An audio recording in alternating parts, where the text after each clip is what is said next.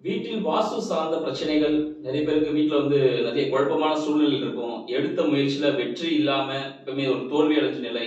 எந்த காரியம் செய்தாலும் அதுல அந்த அளவுக்கு ஒரு சாதகமான சூழ்நிலை இருக்காது. காலம் கடந்து போறது, திருமணம் கூட பல பேருக்கு தள்ளி போறதுக்கான வாய்ப்புகள்லாம் இருக்கு.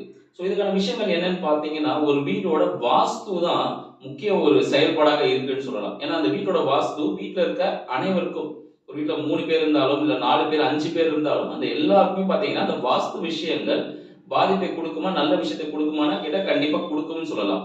ஏன்னு பார்த்தீங்கன்னா, வீட்டோட தலைமகன் ஒரு குடும்ப தலைவரா இருக்கலாம். அப்படி இல்லன்னா வீட்டோட முதல் பையனா இருக்கலாம். குடும்ப தலைவர் இல்லன்னா தான் வீட்டோட முதல் பையன எடுக்கணும்.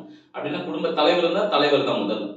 அவரோட விஷயங்கள் எல்லாமே சிறப்பா செயல்படணும். அவர் எடுத்த காரியங்கள்லாம் சிறப்பா இருக்கணும் அப்படின்னு பார்த்தீங்கன்னா, அதுக்கு தேவையான ஒரு வாசல் கிழக்கு மற்றும் வடக்கு சம்பந்தப்பட்ட வாசல் மிக சிறப்பானதாக இருக்கும்.